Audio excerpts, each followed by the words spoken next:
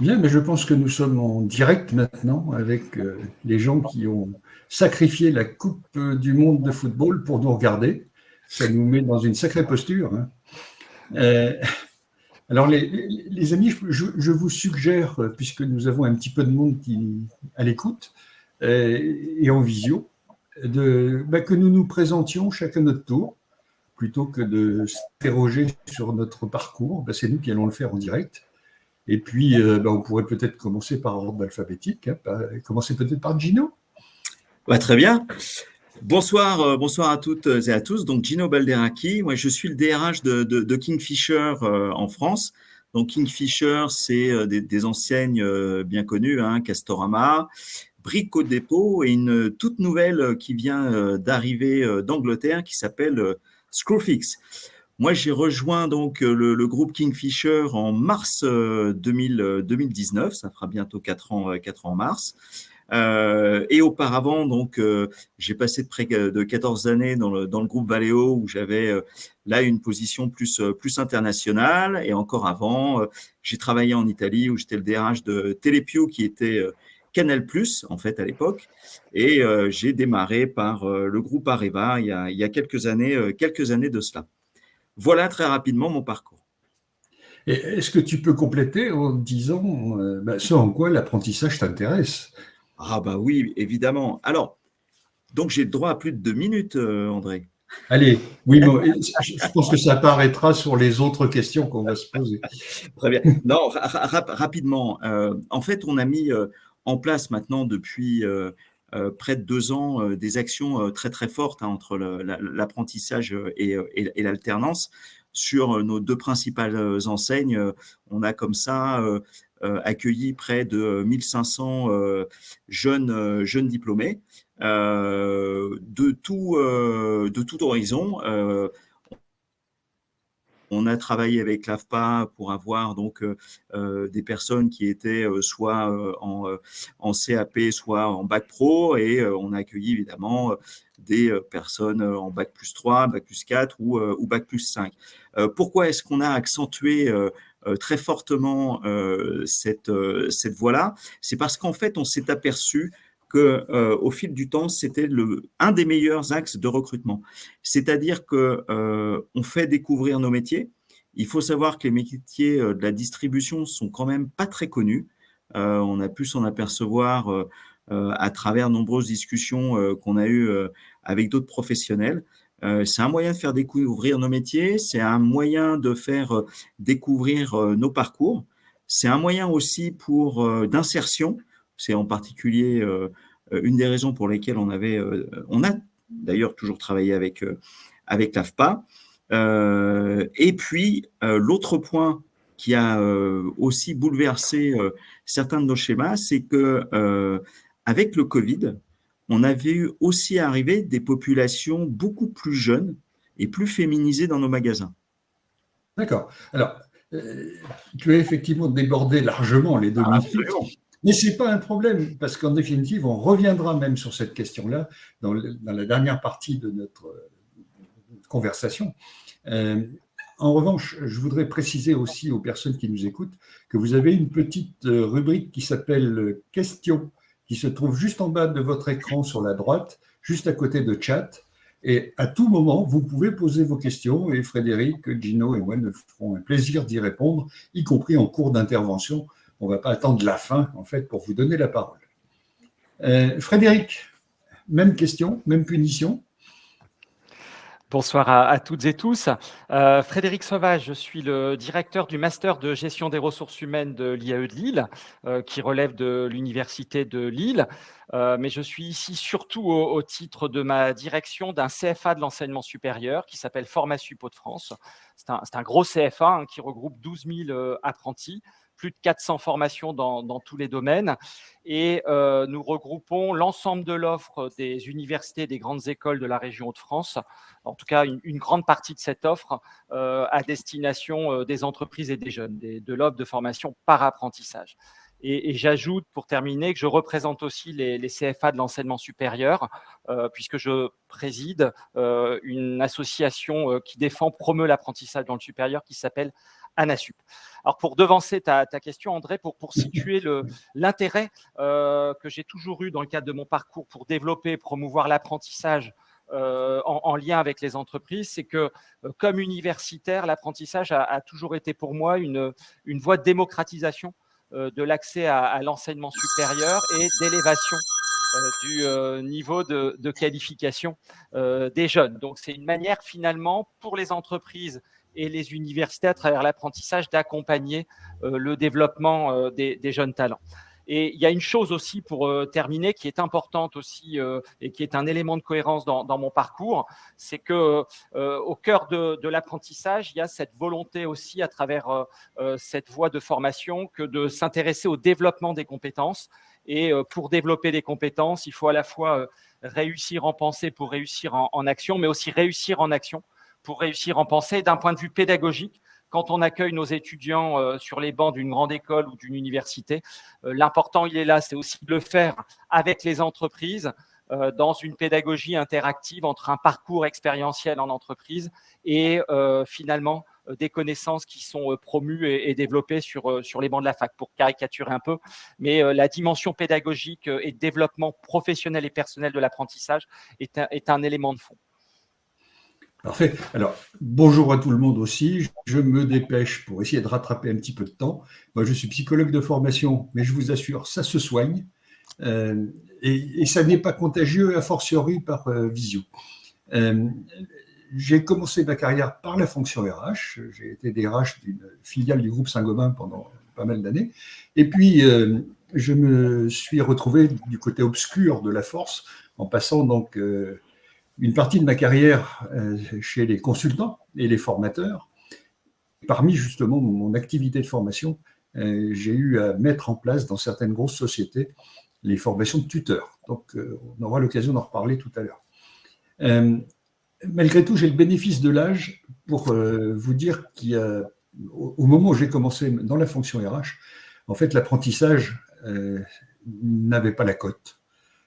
Sauf peut-être pour des formations on va dire, à des métiers manuels qui étaient effectivement très cotés, et je pense par exemple aux compagnons du devoir ou à ce type de filière, où en fait l'apprentissage était même une voie royale pour accompagner les artisans et un certain nombre de petites entreprises. Mais c'est vrai qu'on a passé un certain temps à se rendre compte que cette formation était effectivement une formation d'excellence. Aujourd'hui, on en est réellement convaincu, mais il a fallu un petit peu de temps pour ça. Je crois aussi que l'apprentissage, y compris dans les formations supérieures, résulte aussi du choix, non pas de l'individu, mais des carrières qui sont suggérées par les parents et par l'environnement. Et c'est vrai que lorsque des enfants rentrent pour le dîner le soir en disant « j'ai envie de faire de l'apprentissage » et qu'on leur répond « écoute, prépare ton bac d'abord et puis après on verra pour les formations supérieures. Il serait quand même mieux que tu fasses une école d'ingé ou bon. » Je pense qu'il y a encore quelques efforts à faire de ce côté-là et j'espère que notre conversation ce soir poursuivra en fait le discours qu'ont les parents vis-à-vis de leurs enfants et leur fera peut-être changer d'orientation. Enfin, c'est tout ce que j'espère. Voilà. Maintenant, alors, on va rentrer dans le vif du sujet si vous le permettez. Et on va commencer à se poser une question qui est celle en fait de l'enjeu de l'apprentissage aujourd'hui en fait pour vous deux. Et quels sont les véritables enjeux en fait de ce type de formation et de ce type de développement de carrière? Est-ce que vous pouvez répondre? Est-ce qu'on peut commencer par Gino, puisque tu avais la parole le premier? On peut peut-être continuer. Très bien, très bien. Non, alors pour nous, c'est vraiment essentiel. On a aujourd'hui des parcours qui ont été mis en place dans nos enseignes et que ce soit dans les magasins ou dans les sièges sociaux afin de permettre plusieurs choses. La première, c'est, comme je disais en introduction, faire découvrir nos métiers. C'est un point qui est très important parce qu'aujourd'hui, la plupart des métiers de la distribution on a du mal à les trouver au niveau de formation. Métier de vendeur spécialisé, très difficile. Métier de logisticien aussi. Donc, et je pourrais en citer d'autres. Donc, en fait, l'apprentissage, c'est vraiment un complément de formation qui doit permettre aux jeunes étudiants, aux jeunes salariés de pouvoir s'intégrer plus facilement, de bien connaître les parcours de formation, de bien connaître les métiers et de pouvoir choisir. Parce qu'au terme de son apprentissage, la jeune fille ou jeune garçon pourra choisir son métier de par la connaissance acquise à travers son apprentissage. Aujourd'hui, quand je parle de parcours de formation, l'idée, c'est de pouvoir faire découvrir aux jeunes les différents métiers. Et donc, comment on peut faire un apprentissage? On démarre dans la vente. De la vente, on peut passer à l'accueil. De l'accueil, on peut passer à la logistique, etc. Et donc, grâce à ce parcours, l'apprenti peut choisir et décider de s'orienter dans un premier temps vers le métier qui lui conviendra le mieux et qui lui plaît. Donc ça, c'est la première raison. La seconde raison, c'est évidemment lié à notre capacité de pouvoir intégrer des équipes ou des futurs collègues qui connaissent l'environnement, la culture de l'entreprise, parce que ça, c'est des données un peu informelles, mais tout le monde n'est pas adapté à toutes les cultures d'entreprise. On peut avoir des problèmes liés à un mode de fonctionnement. Je ne sais pas, on peut imaginer un fonctionnement plus autoritaire qui ne convient pas à quelqu'un, ou au contraire, un fonctionnement beaucoup plus large et beaucoup plus souple qui ne convient pas non plus. Donc, c'est aussi un avantage important pour l'apprenti, c'est qu'en plus de découvrir un métier et son aspect technique, il découvre aussi une culture d'entreprise et de lui-même, il comprend si c'est quelque chose qui peut l'intéresser ou pas.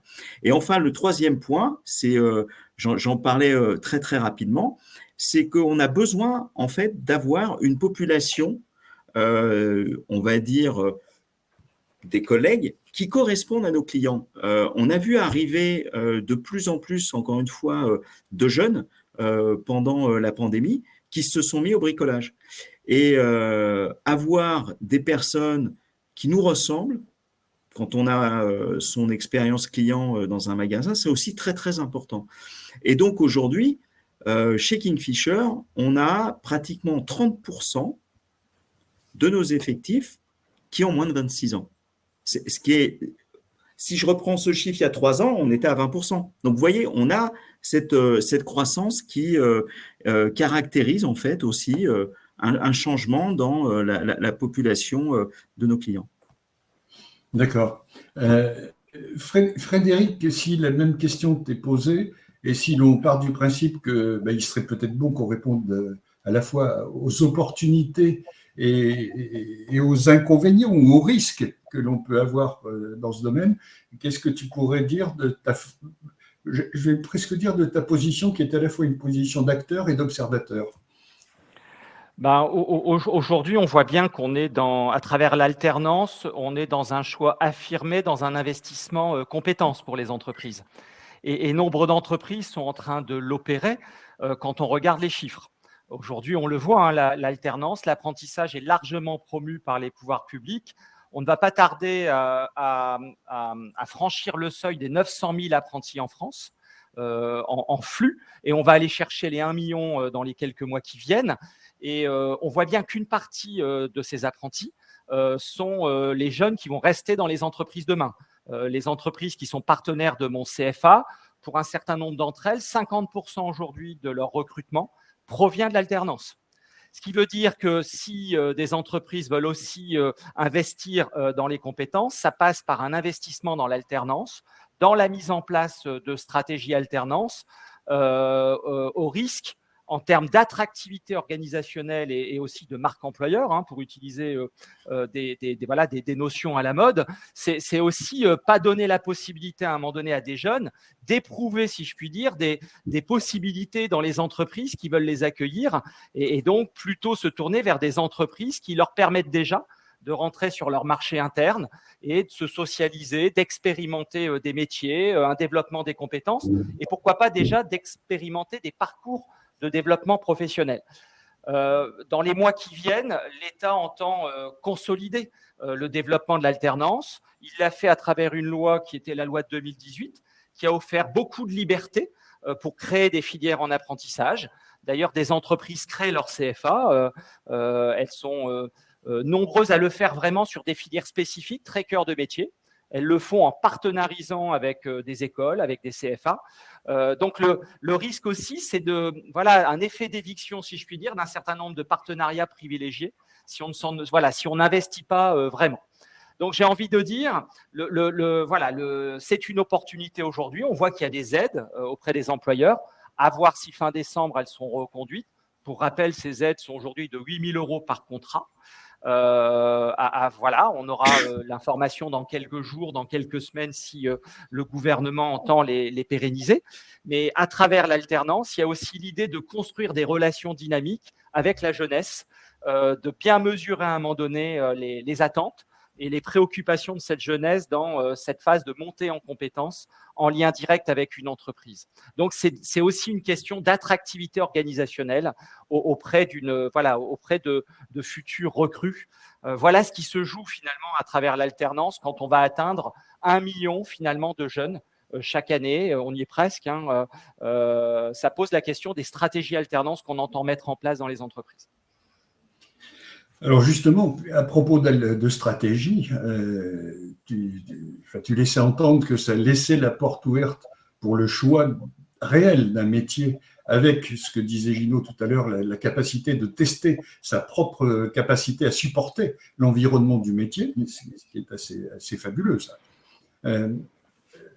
Il me semble me souvenir que il y a quelques années, une des raisons qui était celle de ne pas opter pour cette filière tenait aussi du fait qu'on ne savait pas si l'entreprise allait vous guider après. C'est-à-dire qu'on avait en fait deux types de filières. On avait la filière, je vais parler d'une société que je connais un peu, qui est la RATP, où systématiquement les gens qui faisaient de l'alternance à la RATP étaient embauchés s'ils avaient le diplôme. Il n'y avait pas de discussion. Et puis, d'un autre côté, une autre société, mais que je ne nommerai pas, qui, elle, systématiquement ne recrutait pas avec le diplôme, mais partait du principe qu'il fallait faire une première expérience ailleurs. Les gens pouvaient revenir, et à ce moment-là, leur candidature était vue sous les meilleurs auspices. Mais dans un premier temps, ce n'était pas le but. Le but, c'était de les rendre employables. Donc, quel est votre avis, vous, sur la question? Est-ce que ça a changé depuis? Je voudrais quand même faire une petite parenthèse que j'ai omis lors de ma présentation. Il se trouve que je suis maintenant administrateur d'un CFA, qui est le CFA MUD. MUD, ça veut dire mobilité urbaine durable. Voilà. En d'autres termes, c'est quand même avant tout le CFA de la RATP. Et pour parler des différences en fait d'investissement dans l'apprentissage de ce CFA, on forme aussi bien des assistants RH que des régulateurs de trafic ou que des dépanneurs sur les lignes de métro ou sur les lignes de RER, ou des conducteurs de bus, par exemple. Donc, éminemment variés. Voilà. Alors, pour répondre à ma question, est-ce que vous préférez ou est-ce que vous pensez qu'il vaut mieux avoir une stratégie définitive ou claire, tout au moins, d'embauche ou pas, à la suite d'un apprentissage? Je vais commencer à prendre le point. Très clairement, nous, ça fait partie de notre stratégie de recrutement. On l'a d'ailleurs finalisé il y a 15 jours de cela, en signant des accords avec nos élus sur les deux enseignes, où on s'engage à minima à recruter 30% de nos apprentis et de nos alternants.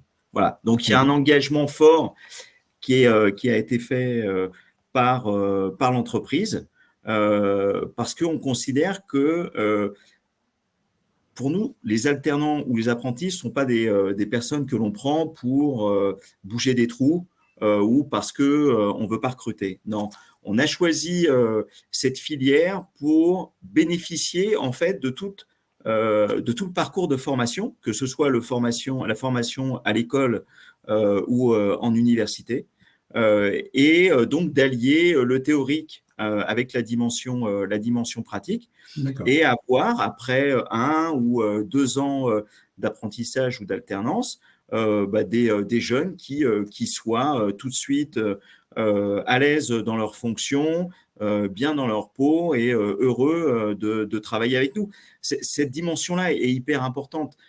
C'est pas l'usine où on fait rentrer du monde et puis tu te mets là et ça. Voilà. Non, l'idée c'est vraiment d'avoir des jeunes qui soient heureux de travailler, heureux de partager avec nous leur envie d'apprendre ou leur envie de progresser. Donc ça, c'est vraiment le point important. Et donc aujourd'hui, concrètement, quand on regarde les chiffres, hein, même avant l'accord, les 2 accords que nous avons signés, on était déjà entre 25 et 30% de confirmation en CDI. Voilà, donc c'est un point très important pour nous. Ok. Ce qui signale au passage que d'ailleurs l'apprentissage peut être un des actes qui permettent de développer les relations sociales au sein de l'entreprise, puisque Absolument. Ça devient un acte de négociation. Tout Frédéric, à fait. un avis sur la question de petites minutes là, sur le devenir en fait de l'apprenti au final. Alors, tous les apprentis ne veulent pas ou n'ont pas vocation à rester dans leur entreprise. Ce qu'ils veulent, pour beaucoup, hein, c'est une expérience. Et si cette expérience est positive, au fond, qu'on puisse s'inscrire dans la durée. Mais c'est important à le souligner, toutes les entreprises ne veulent pas non plus garder leur apprenti. Nous, dans les faits, on observe que 30 à 40% des apprentis se voient offrir une proposition de rester dans leur entreprise et c'est environ 30% en tout, sur 100 apprentis en moyenne, c'est 30% qui restent dans leur entreprise. Donc, je vous laisse apprécier le retour sur investissement, mais on est aussi face à une génération aujourd'hui qui signe très vite des contrats à l'issue de sa diplomation. Ça dit aussi qu'on est sur un marché avec beaucoup de mouvements, beaucoup de mobilité.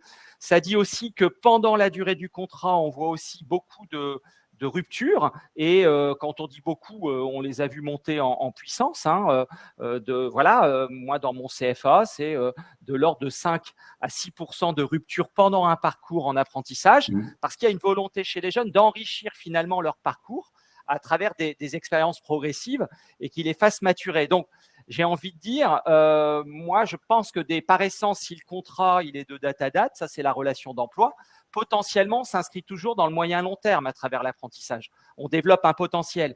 Et donner des perspectives à un jeune, c'est fondamental. Bien sûr, à supposer qu'on ait envie vraiment de lui donner des responsabilités, une montée en autonomie au fur et à mesure. En tout cas, pour mes apprentis dans le champ de l'enseignement supérieur, ingénieur, master universitaire, bachelor aussi, universitaire, on sent que dire, au fond, c'est un contrat de date à date et on s'arrête là. Je pense qu'il y a un besoin de transparence chez les jeunes, puisqu'à travers l'apprentissage, on est aussi sur un contrat psychologique d'une certaine manière. On s'échange des jeux d'attente réciproques. Donc, autant être clair avec un jeune et laisser ouvert à un moment donné les besoins des entreprises et des jeunes, mais être clair au fond sur le projet qui peut s'ouvrir et s'affirmer au cours du temps. Donc, j'ai envie de dire, c'est quand même mieux qu'on soit dans des possibilités sur le moyen long terme à travers un contrat. Donc, je pense, André, pour répondre définitivement à ta question, il existe des postes dédiés à des alternants qui se renouvellent tous les ans ou tous les 2 ans, voire tous les 3 ans, selon la durée d'un parcours de formation. C'est quand même bien d'investir aussi durablement dans les développements de compétences qu'on opère et qu'on accompagne. Absolument. Maintenant, il faut aussi, puisqu'on est d'accord entre nous, il n'y a pas de langue de bois lors de cette discussion, c'est un petit peu quelquefois la phase critique que l'on peut avoir vis-à-vis de ce type de poste, où l'on dit, s'il y a des postes pérennes occupés par des apprentis, c'est que l'entreprise n'a pas envie de les payer très cher. Comment vous répondez à ça, à cette critique, Gino? Est-ce que tu l'as déjà vu? J'ai envie de dire, chez nous, on est très à l'aise là-dessus parce qu'on n'est pas du tout dans cette approche-là. Dans le sens où, comme je vous l'ai dit, on était déjà avant accord à 25, entre 25 et 30% d'embauche au terme CDI. On a mis en place une people review apprenti/alternant parce que ça va dans les deux sens, c'est-à-dire que l'alternant nous choisit, mais nous aussi on choisit l'alternant. Et le point aussi, pourquoi on a fait ça? C'est parce qu'on a mis en place un parcours qui existe sous d'autres formes dans plein d'entreprises, qu'on a appelé Boost ta carrière, où on considère que nos meilleurs alternants, on les met dans un groupe de formation. On a à peu près par an entre 8 et 10 alternants. Et pendant 2 ans, ils vont être coachés, mentorés. Tous les 6 mois, ils vont être sur un poste différent pour leur permettre de pouvoir prétendre à un job au bout de ces 2 années qu'ils n'auraient pas eu s'ils avaient eu un parcours classique. Pourquoi je vous dis ça? C'est justement pour expliquer qu'on n'est pas dans une démarche où on prend des alternants pour boucher des trous. Peut-être que dans certains cas, on pourrait avoir ce genre de situation, mais ce n'est vraiment pas la volonté de l'entreprise. Pourquoi? Parce qu'on a besoin de recruter. Aujourd'hui, on est encore une fois dans une filière qui est mal connue et où on a besoin à travers la marque employeur, à travers ses stages, ses formations, de présenter nos métiers. Frédéric, je pense que Gino est vraiment fabuleux parce qu'il a démarré en fait la transition sur la question suivante où on se posait en fait cette question: comment faire pour recruter aujourd'hui un apprenti? On a affaire à des jeunes la plupart du temps quand même, malgré tout. On ne peut juger que sur leur potentiel. Est-ce qu'il faut tout baser sur les soft skills, comme nous disons aujourd'hui, sachant que ces soft skills sont elles-mêmes en devenir la plupart du temps? Donc, comment faire? Est-ce que tu peux entamer cette discussion-là, Frédéric? Ok, je te laisse regarder les questions, André, sur le chat ou dans la boîte à questions. Voilà, parce que je vois qu'il y a une série de questions qui arrivent. Alors, c'est vrai, déjà, c'est se dire, quand on recrute un apprenti, ce qui est parfois déstabilisant, c'est qu'on n'est pas sur une compétence qui est finie. On est sur un jeune dont il faut accompagner la maturation et le développement professionnel. Donc, il y a une part de pari, si je puis dire, et d'acceptation aussi pour une entreprise d'une certaine façon qu'il faudra du temps avant que finalement cette compétence professionnelle, elle soit pleine, elle soit entière, à supposer qu'elle le soit. Il faut accepter qu'on accompagne un parcours. Les conseils que j'aurais envie de dire, c'est déjà être dans des relations partenariales avec un certain nombre d'écoles qui permet déjà à un moment donné de pouvoir orienter le choix et de faire du sourcing, si je puis dire. Parce que l'école peut aussi être un partenaire au regard du besoin ou des métiers sur lesquels on entend former. L'école peut déjà réunir un certain nombre d'éléments et à travers des échanges pouvoir focuser finalement sur des candidats qui peuvent être intéressants. Donc j'ai envie de dire ça, c'est un point de base, la relation partenariale école-entreprise. Et donc, ne pas hésiter à participer à des co-entretiens avec les écoles. Et surtout cette année d'ailleurs, parce que vous connaissez Parcoursup, alors dans mon domaine, en tout cas l'enseignement supérieur, nous allons mettre en place cette année une nouvelle plateforme qui s'appelle Trouver mon parcours. Et sur cette plateforme, au fond, on pourra déposer des candidatures jusqu'au 3 avril. Ça veut dire qu'on va resserrer finalement les viviers de candidats à l'apprentissage, puisqu'on ne pourra plus s'inscrire dans certains masters au-delà de début avril. Donc, ça veut dire que là, il y a des choses qui sont importantes.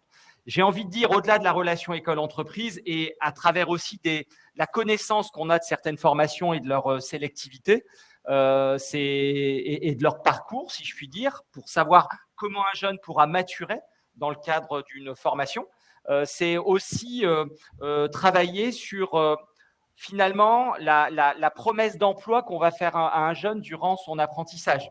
C'est-à-dire que ce n'est pas le tout d'avoir des jeunes en termes d'attractivité, de sourcing. C'est aussi être au clair sur les types de missions et la progressivité de ces missions durant le parcours. Ça, pour des jeunes apprentis, c'est vraiment un élément très structurant de leur choix. D'accord. De même que l'idée d'être accompagné, véritablement accompagné, c'est fondamental. Mais ça veut dire derrière que quand on s'engage sur des missions, il faut respecter sa part de contrat, si je puis dire. Alors, puisque tu me demandais d'aller voir les questions sur le chat, enfin sur la rubrique questions plus exactement, il y en a 2 qui sont particulièrement intéressantes. Donc une question de Véronique, qu'en est-il concernant les personnes en situation de handicap? Et là, j'ai déjà une première réponse à donner, c'est qu'en situation de handicap, quelquefois, les handicapés eux-mêmes n'ont pas forcément les solutions de formation sur des métiers sur lesquels ils n'ont pas de filière, comment dire, directe. Et ils ont beaucoup de mal quelquefois à se positionner et l'apprentissage peut peut-être être une chance supplémentaire que l'on peut offrir justement à ce public. Est-ce que c'est votre avis? Est-ce que vous avez quelque chose à dire sur ce sujet-là? Et puis on passera à la deuxième question après. Je suis parfaitement aligné avec ce que tu dis, André. C'est vrai que c'est toujours des choix difficiles d'apprentissage. Nous, on a fait le choix de signer une convention avec une association qui s'appelle Handiwork, qui nous permet justement d'accueillir des apprentis dans nos magasins. C'est quelque chose qui fonctionne bien, qui permet de pouvoir là aussi faire découvrir les métiers, permettre à ces jeunes handicapés de découvrir d'autres choses, de découvrir un esprit de camaraderie, de découvrir un esprit d'équipe, de pouvoir se sentir bien, de pouvoir espérer démarrer une carrière professionnelle ensuite dans l'entreprise. Aujourd'hui, je réfléchis pour me rappeler des statistiques. On doit être à 6,5% de travailleurs avec un handicap chez Castorama et à 7% chez Brico Dépôt. Donc, on a une vraie volonté d'intégrer aussi les personnes avec handicap. C'est un peu un devoir social. Hein. On est très, très axé aussi sur cette dimension-là. C'est important.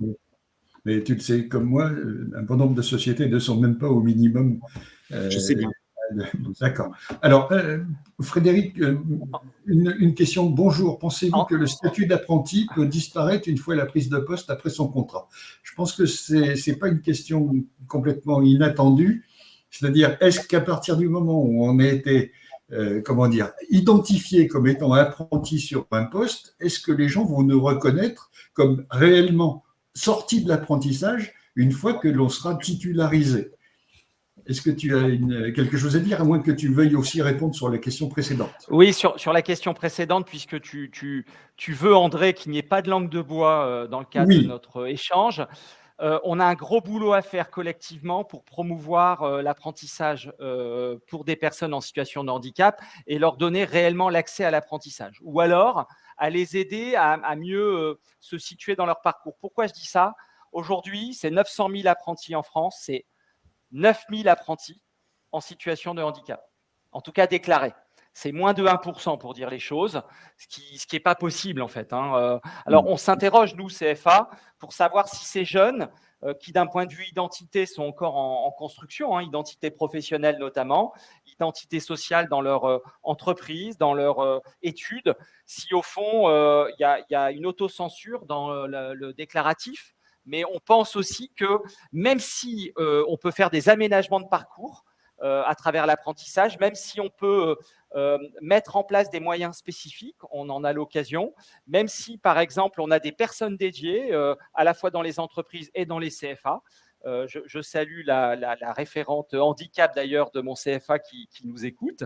On voit aujourd'hui qu'on ne va pas assez loin et qu'on ne sécurise pas suffisamment le parcours des jeunes en situation de handicap à travers l'apprentissage. Donc ça, collectivement, on va devoir s'y attaquer.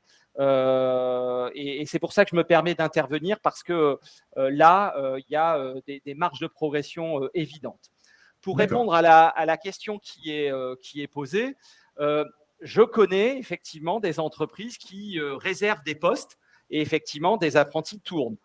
Pour ma part, je pense que dès lors qu'un apprenti au fur et à mesure de sa maturation, a su aussi, à travers son autonomie, ses responsabilités, élargir le champ du poste et pleinement l'occuper dans l'entreprise, il est appelé sur certaines fonctions à y rester. Après, c'est un peu comme la promotion interne dans certaines entreprises. C'est comment faire en sorte que l'environnement social, notamment les collègues, regardent la personne à l'aune finalement de ce nouveau poste. Donc, ce n'est pas vraiment le même poste que lorsque on était apprenti, mais ça suppose à un moment donné aussi un travail d'accompagnement, voire même en termes de mobilité professionnelle, savoir faire évoluer les choses. Mais ça demande de la part des RH notamment une capacité à légitimer à un moment donné le nouveau collaborateur au sens, l'apprenti a toujours été un collaborateur, mais c'est un collaborateur qui apprend. Là, on est sur un collaborateur qui est en phase à un moment donné d'assumer complètement des responsabilités. Donc, il y a un vrai travail. À travers la question, je mesure aussi un chantier RH à travers le nombre d'apprentis qu'on a aujourd'hui et des perspectives de promotion interne. Et je pense, Frédéric, qu'il est aussi intéressant de se dire que il faut être capable de se rappeler à un moment donné que l'apprentissage, c'est pas un stage pratique en entreprise, quoi. Que c'est l'entreprise qui a un contrat avec un jeune, qui a un contrat avec un collaborateur, et que c'est ce collaborateur-là que l'on va envoyer en formation complémentaire, donc auprès d'institutions d'enseignement. Mais ce n'est pas l'inverse. Or, je pense qu'il est bon de le rappeler quelquefois même aux apprentis eux-mêmes. Voilà. Ce qui pose la question, André, oui. dans les stratégies alternance qu'on met en œuvre, c'est à quel moment dans un parcours d'apprenti, on doit finalement se rapprocher de cet apprenti et commencer à évoquer la suite du parcours. Je pense notamment en dernière année de formation. Absolument. Alors, il nous reste 5 minutes pour. Et oui, ça passe très, très vite. Ça passe vite, oui. Et nous avons une dernière question à nous poser, qui est celle, avant de conclure, qui est celle d'intégrer donc cet apprentissage à une stratégie de développement RH. Or, il y a un sujet qu'on n'a pas ou très peu abordé, qui est la nécessité, justement, pour que ça puisse intégrer cette stratégie de développement RH, que l'on puisse intégrer donc l'apprentissage à la notion d'équipe tutorante, c'est-à-dire ou d'équipe tutorale. C'est-à-dire non seulement la présence de tuteurs, mais également la connexion qui doit être faite en permanence entre l'équipe RH elle-même, mais aussi le tuteur, mais aussi la hiérarchie, le N+1. Le N+1 n'est pas toujours le tuteur. Donc, il serait peut-être intéressant là de dire peut-être 2 mots sur cette notion d'équipe tutorale et de nécessité donc de constitution sérieuse et professionnelle de cette équipe tutorale dans le développement RH de l'approche d'apprentissage. Alors, je vais prendre la question sous différents angles. Déjà, il y a le tuteur. Pour le tuteur, vraiment, je parle pour l'ensemble des tuteurs que j'ai pu rencontrer dans le groupe Kingfisher, c'est vraiment une mission qui leur tient à cœur. C'est je transmets un savoir, c'est je transmets des compétences, j'essaie d'intégrer au mieux le jeune apprenti dans les équipes. Donc, c'est un peu un sacerdoce. Il y a cette dimension-là qu'on rencontre chez les tuteurs. Ensuite, il y a la dimension RH. C'est-à-dire que nous, ce qu'on a décidé, c'est on suit nos alternants, nos apprentis, et on a structuré donc cette People Review. Très clairement, une fois par an, c'est au mois d'août, voilà, on passe en revue l'ensemble de nos alternants et on voit avec leurs tuteurs et leur hiérarchique, ce qu'ils pensent de cette jeune fille ou de ce jeune garçon.